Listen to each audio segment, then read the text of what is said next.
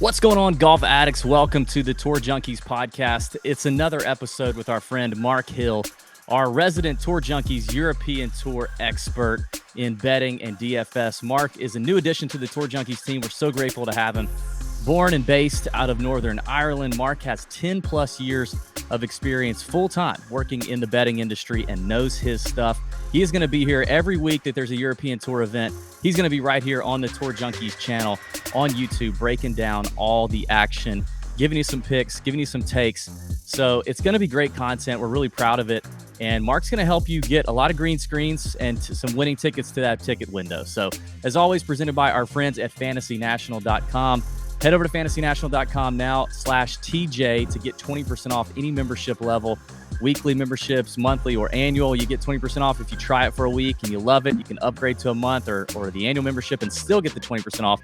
It's where we've been going for 4+ years to get all our PGA Tour data. They don't have European Tour stuff yet, but maybe soon to come.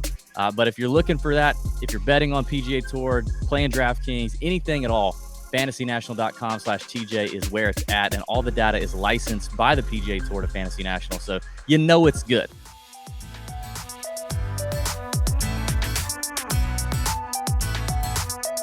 Hello and welcome to another edition of the Tour Junkies European Tour Preview Show. I'm your host Mark Hill, and we're coming off a week in the Spanish Open where Rafa Carrillo beat out Adri Arnhuis in a playoff. It was an interesting tournament, will we say the least. We were right in the mix coming down the stretch. We had Ryan Fox and Santiago Tarrio sitting just 2 shots off the lead before the back nine got the best of them. They ended up just outside the top 20, which was very frustrating. We were knocking on the door, and let's hope that we can continue, get a bit of momentum this week, heading into the iconic Valderrama venue. This week, the tournament is officially called the 2021 Estrella Damm NA Andalucia Masters. And my podcast juice will be the Estrella Damm beer. And I am not going for the non-alcoholic version. I do have quite the history with this beer. The last time I drank it was on a stag do in Barcelona, where it was literally end of the night buying beers off homeless people on the streets of Barcelona at the end of the stag do, where over half the guys on the stag do, including myself, got robbed. It was quite the cultural experience in Barcelona. This drink I have not had since. It does bring back interesting memories, what we say. Nearly missed my flight home as well to Ireland, which was, it was an experience. A stag do that had plenty of memories, some lost memories along the way too. But this is my Estrella Damm drink this week, which is my podcast juice of choice. So cheers, guys. Let's kick it off then with the course breakdown, and we're at the Real Club Valderrama this week. So Robert Centrone Senior Design, most guys even on the PGA Tour, if that's what you generally follow, will be well aware of Valderrama. It's quite the test. It's par 71, 7,028 yards, classical technical test, tree-lined narrow fairways, super quick bent grass greens that when it's running through can get up to 12.5 on the stimp. So it's a real test this week. It's not going to be a bomber's paradise. It's one of those ones where you want a shot shaper, you want someone who's accurate off the tee. There are lots of different elements to it. We've seen a wide variety of scoring in the last few years as well. So last year, it was a 2 over par win for John Catlin, the American, in 2020. Christian Bezuidenhout in 2019 at 10 under par. And Sergio Garcia had back-to-back wins in 2018 and 2017. The 2018 win was a 12 under par, and that was only played over 3 rounds because of the adverse weather conditions at the time. When those lower scores are happening on this course, it tends to be with a bit of rain, a bit of soft, the wind has maybe died down. But if we go back to 2017, then you've Andrew Beef Johnson's win at 1 over par. So we're seeing a real diverse mix, and it is going to be on that side of the draw this week at the tournament.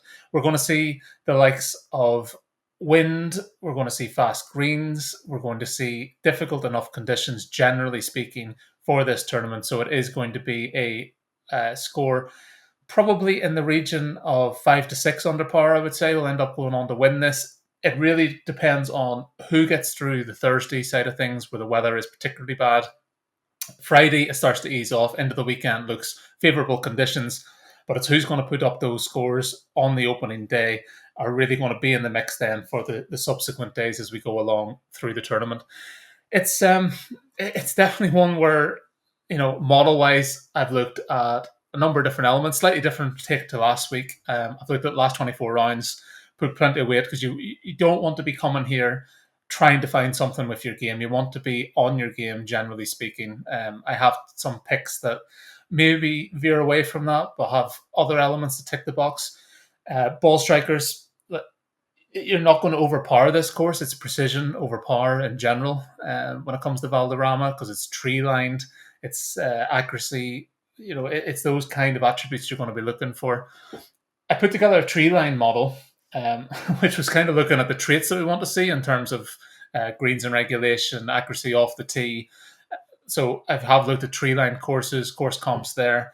Accuracy, as I say, off the tee. Location wise, not as much of a bearing as last week because it's quite a unique test at Valderrama. I haven't put as much emphasis on weight into the location side of things, but do still have some of that Portuguese and Italian mix in that I talked about last week. Scrambling, putting, and bogey avoidance round out the model for me. Last week, we were looking at birdie makers, people who can shoot and go low. This week, because of the grind, because of the wind, because of other elements coming into the mix, it's bogey avoidance that I'm putting more weight into. And because of the super quick greens, you don't want to be trying to find your putting game this week. A little bit of a hot putter is definitely an advantage coming in. And if you have that history on the fast greens as well, it's obviously going to stand you in good stead too. So let's look at the top of the board. Only 3 golfers come in at under 25 to 1 because we do have the world's number 1, Jon Rahm, in the field again this week at 3 to 1. Slightly bigger price than last week after a relatively disappointing showing. Wasn't really in the mix after day 2. And to be honest, you could be tempted to come back in at 3 to 1. He still tops my model this week, but I'm going to sway away. He does have a favourable draw teeing off in the morning off T10 on Thursday, which could set up well for Rahm. I just don't know whether he has the longevity over the 4 rounds at the minute to pull it all together. He's been through a fairly grueling session all year. Coming off that Ryder Cup, he's back home within a family mix at the minute. It's probably not to the best of his advantage this week at a tournament. And again, I don't know if his game is generally suited to this kind of test where it's shorter. You need your accuracy about you. You need to be a grinder. And I don't know if this course setup absolutely suits Rahm down to a T. So I will be swerving away from him at the top of the board. Matthew Fitzpatrick at 14 to 1 and Bernd Wiesberger coming in at 20 to 1 are the other guys at the top of the board. My first pick this week is going to be Matthias Schwab. And if you're looking at the screen, you're going to see someone who model rank for me is pretty much in line with a market rank. Model rank of 9, market rank of 8. The 26-year-old Austrian former Vanderbilt graduate is still seeking his maiden victory on the European Tour since turning pro in 2017. He comes in with recent good form, having secured his tour card via the Corn Ferry Tour. Did miss the cut at the Sanderson's Farm over on the PGA Tour, but that is his only outing in the last 4 weeks. So after a good run of form prior to that, he's going to come in fairly fresh, hopefully. Those 2 rounds at the Sanderson Farms in the books. And now we are looking at someone who has had a trip around Valderrama before, so there's a little bit of familiarity there for him. Did miss the cut, not ideal, but we've seen plenty of other golfers come off missed cuts and then follow that up the following year with a high place finish. The likes of Rahm has done that. Miko Corrin and Juice Luton, who's a favourite of this podcast, has also recorded high finishes after coming off a missed cut at Valderrama. So that's definitely something I have put into the mix this week with him. Model-wise, ticked a lot of the boxes in general. Schwab, for me, fairly decent wind form when I looked at it. Graded out 23 for me on that side of things. If there was a weakness for me model-wise, it's his scrambling and short game and the bogey avoidance, where he wasn't quite as high as I would like to have seen. But he is a very accurate player, and that's the kind of player that I want on side coming into this tournament. He is accurate off the tee. He hits greens in regulation, and hopefully can get something going with the putter this week. So 63rd on the race to Dubai as well. As I said last week, you need to be hitting that top 60 to hit the end of the year DP World Tour Championship. So he's right on the bubble at the minute at 63rd. Comes back to this tournament, has all the upside in the world to hopefully seek out his first Tour victory. So Matthias Schwab is the first pick at 30 to 1. Next up at 50-1 is Callum Hill. He sits just outside the world's top 100 currently, and another golfer like Schwab who turned pro in 2017. He comes in with a rich vein of form this year. Earlier in the year, he put together a string of top 10 finishes, including his maiden tour victory at the Kazoo Classic. Three-time winner on the Challenge Tour as well. He's cut his teeth there. He's done very well stepping up. Hasn't quite got across the line. Like Schwab, he has one run around this track in 2020, also missed the cut, but now knows what to expect of this test. I do think, debutants in the past have done fairly well at this tournament. But more often than not, if you have a feel for it and you've done it and you understand the little nuances that you're going to face with the dog legs, with the shot shaping, with the scrambling to get out of a hole when you're in it, there's a lot to like about a golfer who has had a look at this track before and has the upside in his game all round to maybe build upon that in his subsequent year. So Callum Hill at 50-1 would be my next selection. And also a decent win player as well, I should add. So definitely something that I haven't put directly into the model, but when I'm sort of checking off my final shortlist, it's something that I have been looking at. So Callum Hill is in there at 50-1. Shubhankar Sharma is the golfer that we landed on at the Dutch Open. It's one of these golfers that when I back him, he seems to miss the cut. When I don't back him and I jump off him, he seems to do well. Last week, coming off a third place finish, and yes, I put him up in the best of the rest section because it did have value on him in the market, in the model side of things against the market, but I did not put him up as an outright selection. So, missing there a little bit. Hopefully do a little bit better this week. We're going to stay on him. He has a model rank of 14, a market rank of 25. A guy who's comes in generally very, very well overall this year in 2021. He's trended in the right direction.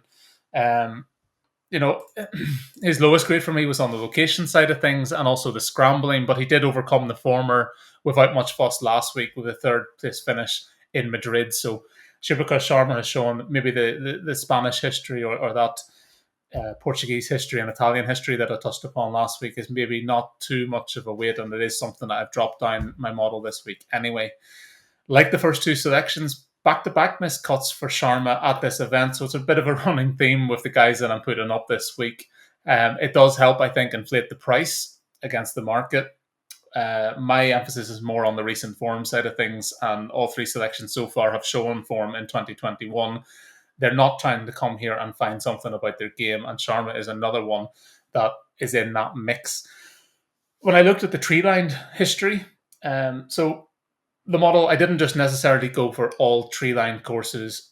I wanted to try and find tests where you can have a tree-lined course and you could have wide fairways, you could have nice open expansive spaces and big greens to aim at. I wanted to try and find something that was a test across the board. So tree line, narrow, and one of those courses that ticked the box for me and that Sharma has done well at was the WGC Mexico at Chapultepec in 2018, where he had a top 10 finish in a fairly strong field. Also at Wentworth this year, hit a top 10 and a T6 in Hong Kong as well at Fanling, which was another golf course that made my mix when I looked overall at narrow fairways, tree-lined course, and a bit of a test and a grinders test at that.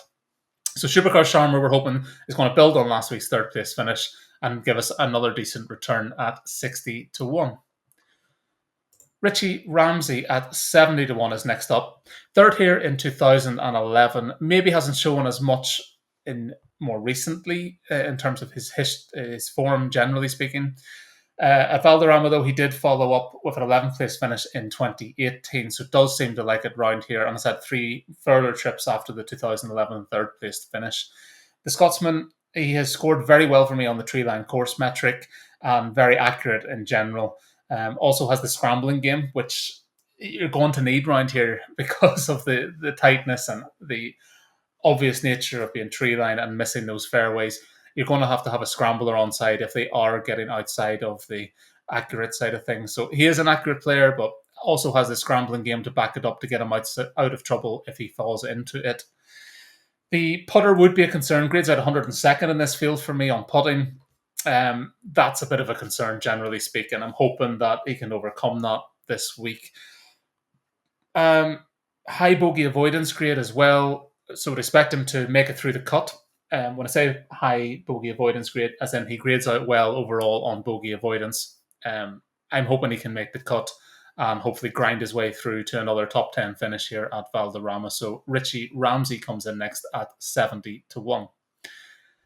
And finally, my betting card is round out with David Horsey at 125 to 1, model rank of 33, market rank of 58. 3 consecutive made cuts here, including a top 10 finish last year when it was a real grind for those 4 days, and Crocker shot his way to a 2 over par victory.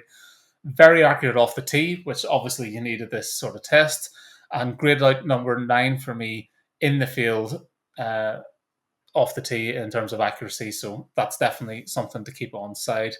Good course history on tree-lined tracks, narrow fairways, a 4-time European Tour winner, so has the win equity, and a couple of those wins came at Wentworth, which we've touched upon already as being a bit of a course comp in terms of a grinding test whenever the conditions get up, and also in Morocco as well, which is another tricky outing and test. So he has a parlance, would we say, for some of these trickier tracks, and hopefully David Horsey at 125 to 1 does provide some value for us. Just one top 10 in 2021 and 23 starts would be a concern. I said I didn't want to really hit on a golfer that is trying to come here and find something, but because he is at this price point at 125 to 1, there probably is more upside than downside. I think he can make it through the cut and hopefully get himself into the mix. The other theme with the golfers that I have targeted have an AM tee off time generally. So this week, when I looked at the wind side of things and taking in course conditions in general, from what I've learned and read about the course, greens wise, they very, very quick in the morning, play fast and true because we haven't had any rain in the build up weather wise. But as the day goes on, the greens get tougher, you get spike marks, they don't necessarily play as true as they should. And I think already that puts the PM wave at a disadvantage. But then add in the weather side of things this week on Thursday, where the PM wave are going to be getting the worst of it. You really want to try and target an early morning tee off time, hopefully get the score in the books, and then move from there. So David Horsey, along with my other selections, are all AM tee times this week. So hopefully that sets them up well for this test. Best of the rest then. So I had value on these guys, didn't quite get to them, predominantly down to the tee time side of things, but definitely had value and they ticked a lot of boxes. Andrew Beef Johnston, former winner here at 35 to 1.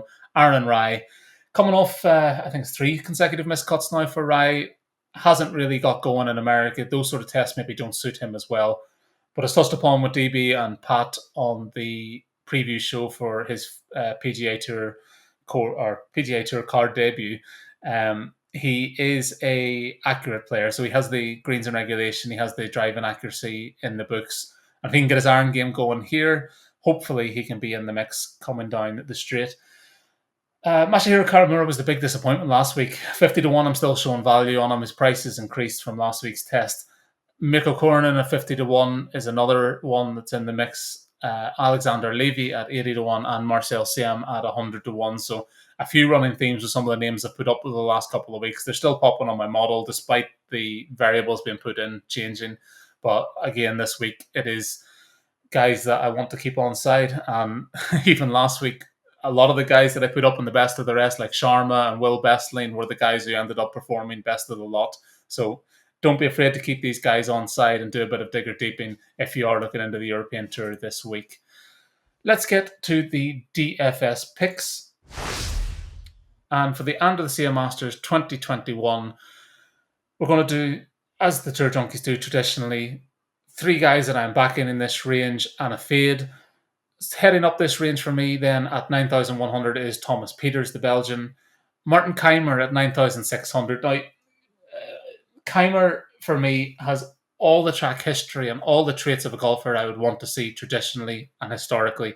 Is he going to be able to put that together this week after not necessarily showing the form in 2021 and in recent years? Hopefully coming in fresh. He's got that Ryder Cup or vice captaincy out of the way. It's a guy that I wanted to get to this week in terms of the betting side of things. I didn't quite get there. The tee time wasn't ticking the box. And in terms of my model, he didn't show value for me, but he's one that I want to try and keep on side for DFS if he's not being talked up too much in other shows. That's one thing I didn't really get a chance this week. Work commitments and family life gets in the way to really listen into what everyone else is saying and read some articles on how people are approaching this week. So I am going in a little bit blind, will we say. But Martin Keimer for me at 9,600 is a guy that I want to have on side for DFS. Mikko Korhonen has popped for me in a number of ways this week. I said put him up in the best of the rest section. And the Finn at 9,000 does show plenty of value for me in DFS. And my fade in this range is Adri Arnhuis. And I'm also going to take him on for the best bet later in the show. But Arnhuis last week, I don't know how to explain his day one. He was missing everything left, right, and center and had to scramble his ass off to get into the mix, to put his ass off to get into the mix. He got away with it last week. That was a grind. And then to lose the heartbreak of a playoff at the end of it. Adri Arnhuis this week, I'm sorry, I have to take him on whatever way I can. I'm taking him on in first round matchups. I'm taking him on in full tournament matchups. I'm taking him on in DFS. Adri Arnhuis is my fade this week at 9,800, which I also think is a high price point considering he's not ticking the boxes that I want model-wise long-term. And also this short-term, looking at last week's performance, seeing that he got himself out of a hole on the tree line track at Madrid, but this week it's tree line and then some added on the end of it. So I'm going to fade Arnhuis left, right, and centre and hopefully come out with some green screens and some profit in betting at the end of it. The 8K range then, already talked about some of these guys. Matthias Schwab at 8,800, Andrew Beef Johnson 8,700, and Aaron Rye at 8,500 are three guys that I will be looking to build out lineups with. My fade in this range is Victor Perez again. This time he's in the 8,000 range. Last week he was in the 9K range. He dropped from 9,500 at last week's test to 8,400 this week. And again, I can't get to him. I'm fading Victor Perez. His game is just not there at the minute. Generally speaking, he's not accurate off the tee. He's questionable in the wind. Not hot with a putter currently. So lots of reasons to be fading the Frenchman again this week. And to be honest, I would be surprised if he is able to make the cut. I think he has a morning tee time, which might be something that helps him this week. But in general, because he's not ticking the box in the wind, he's not doing very well with a putter. There are lots of things that I want to see in a golfer this week, and Perez is not having any of them. So he's going to be my fade at 8,400. Let's drop down to the 7K range then. Shubhankar Sharma at 7,700. Put him up in the betting portion. Definitely want to keep him on side.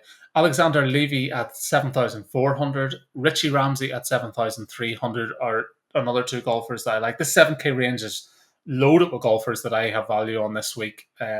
It's definitely one if I'm going to pick maybe two from the top and then build out another four in the 7K range. I'm not afraid to drop down here. I do prefer this range to the 6K range this week. Last week, the 6K range was popping for me more. The likes of Julian Guerriere, but we say came through. I also put up Joel Sojum last week, though, and he ended up withdrawing after 5 holes. So, you you take the wins and the losses and mix it all together. European Tour, it's an interesting kettle of fish. And yeah, we're going to try and go to the 7K range this week. Breaking the rules a little bit, not sticking to just 3 selections. Marcel Siem at 7,100, David Horsey at 7,100, also plenty of value. My fade in the 7K range is Wilco Nienaber at 7,600. Didn't really pop for me on any category when I looked at it in any sort of depth. He has all the driving distance in the world. He grades out number 1 in this field in terms of driving distance. But as I touched upon at the opening of this show, this is not a bomber's paradise. This is not a typical PGA Tour test where length off the tee puts you at a big advantage. It is one of those skill sets that I think is negated by the track in general. And Valderrama is going to eat you alive if you think you can just bomb it left, right, and centre. So Wilco Nienaber at 7,600 would be my fade in the 7K range. And again, the other golfers that I put up, Levy, Ramsey, Siem, Horsey, all come in lower price, and Sharma just 100 dearer. So, nice pivots off Nienaber if he proves popular as he has done in DFS over the previous few weeks. The 6K range, Maximilian Kiefer at 6,900, Benjamin Hebert at 6,500, and Ashley Chester's at 6,500 would be my three go-to picks, if you like, within this range. But a super cheap option that popped out for me at 6,200 is Gonzalo Fernandez Castano. The Spaniard has not necessarily shown any kind of form, but he grew up close to this track. This is his home club, and he did have a T5 in 2018. And when he went into that tournament in 2018, he was fighting for his card. Valderrama used to be the sort of last tournament or last event on the European Tour schedule where you had the chance to make the DP World Tour at the end, the chance to secure your card of 100 and top,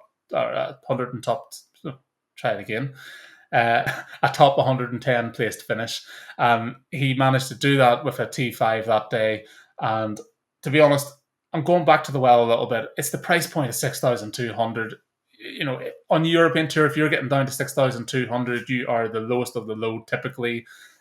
We even seen amateurs come into the field, usually around 6,900, 6,800. If you're down at 6,200, nobody likes you. Nobody wants to be on side with you. But Gonzalo this week, local boy, grew up a stone's throw from the track, course member. You know, intimate knowledge for me can far outweigh sometimes what they've shown in recent form. And if he can get his game together this week and grind out again like he did under pressure in 2018, he's definitely someone super low at 6,200 that I want to be on my DFS lineups this week. I've rattled through the show fairly quickly this week compared to previous weeks, but we're going to get on to the best bet this section. And yeah, it's Thomas Pieters at -110 over Adri Arnhuis. And I'm doing this in a first round matchup at DraftKings Sportsbook. I've touched upon Arnhuis already, how he got away with those first day one miracles, would we say, and then managed to go a whole way through the tournament and actually grind out to a playoff loss. Pieters for me graded out 4 for my model. Arnhuis graded out 36. It's a big disparity on what I'm looking for coming into this track. I don't think he's going to get away with those mistakes this week, and the accuracy off the tee for Arnhuis is a major, major concern. So I'm going to take him on a first round matchup. There is full tournament matchup options for this as well. Bet365 have it priced up for a full tournament matchup at -110 either side with a tie included. If you're braver than me, you might want to take that on. I have taken that on for a smaller stake personally, but it's the round one matchup that I want to get to. They're both facing an afternoon tea time, which is not ideal, but it's Pieters overall that's grading out for me in all the categories that I've looked at higher than Arnhuis. So I'm going to take the Belgian with me this week at -110 over Adri Arnhuis and hope that we see a replication of the day one struggles from Arnhuis, but not getting out of jail like he did last time around. So that rounds out my card for the Andalucia Masters. Listen, guys, we haven't hit or nailed the big wins this week. I know someone who has, though. If you haven't tuned into the PGA Tour stuff that DB and Pat are putting out every week, Pat landing on Sungjae last week was a major coup.